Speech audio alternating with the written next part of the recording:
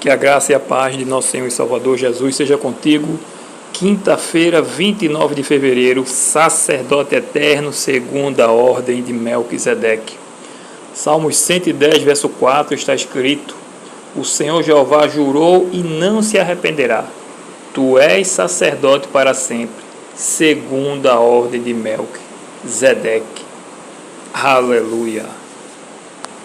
Cristo foi ungido pelo Pai. Não vem de linhagem levita. Cristo é eterno, ele é rei e sacerdote.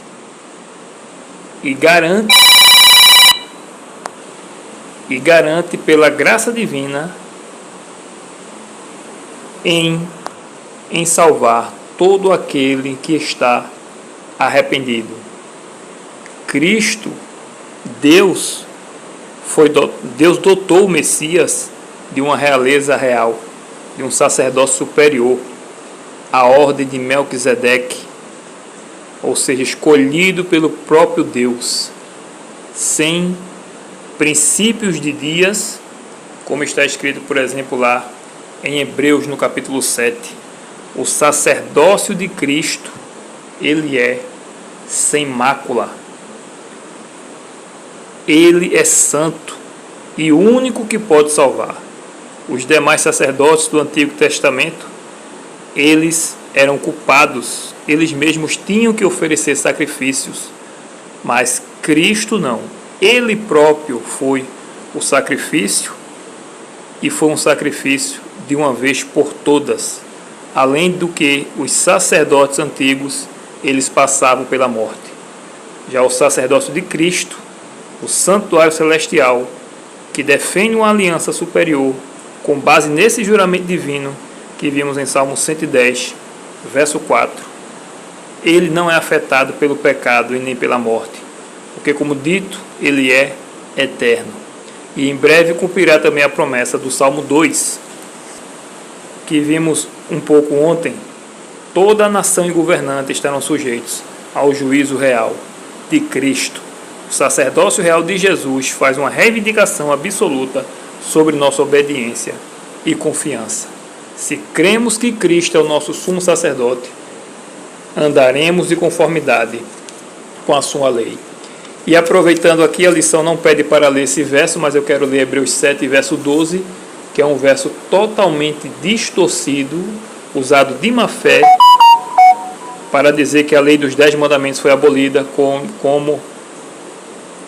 Só que aqui em Hebreus, especialmente no capítulo 7, está se falando da questão do sacerdócio.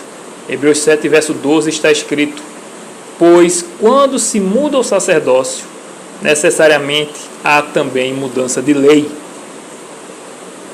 Hebreus 7, verso 12 explica que a mudança do sacerdócio tornou necessária uma mudança na lei.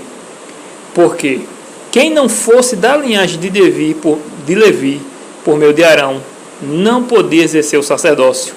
Jesus era da linhagem de Judá. Deus então mudou a lei do sacerdócio. A vinda de Jesus também implicou uma mudança na lei dos sacrifícios. Ao vir Jesus e oferecer um sacrifício perfeito, a lei dos sacrifícios de animais também foi posta de lado. Foi posta de lado como resultado da nova aliança e da revelação mais completa do plano da salvação. Nova aliança essa que consiste na lei de Deus escrita pelo Espírito Santo, ou posta pelo Espírito Santo em nosso coração. Como bem diz Hebreus 10, verso 16: Esta é a aliança que farei com eles depois daqueles dias, diz o Senhor. Porei no seu coração as minhas leis e sobre a sua mente as inscreverei. Aleluia. E Hebreus 7, 28, confirmando o que foi dito até aqui sobre a lei do sacerdócio, sobre os sacerdotes, que não podiam salvar ao ser humano do pecado, mas apenas Cristo, que veio de uma ordem superior, está escrito, Hebreus 7, verso 28, porque a lei constitui sumos sacerdotes a homens sujeitos à fraqueza. Que lei? A lei do sacerdócio que está escrito lá em que a gente leu o verso de Hebreus 7, verso 12. Mas a palavra do juramento que foi posterior à lei constitui o Filho perfeito para sempre. Amém. Aleluia. Ou seja, o Salmo 110, do verso 4, quando a gente lê o primeiro verso, que fala aqui da promessa que foi superior, que veio o quê? Que veio exatamente posterior à lei, porque aquela promessa foi feita a Davi.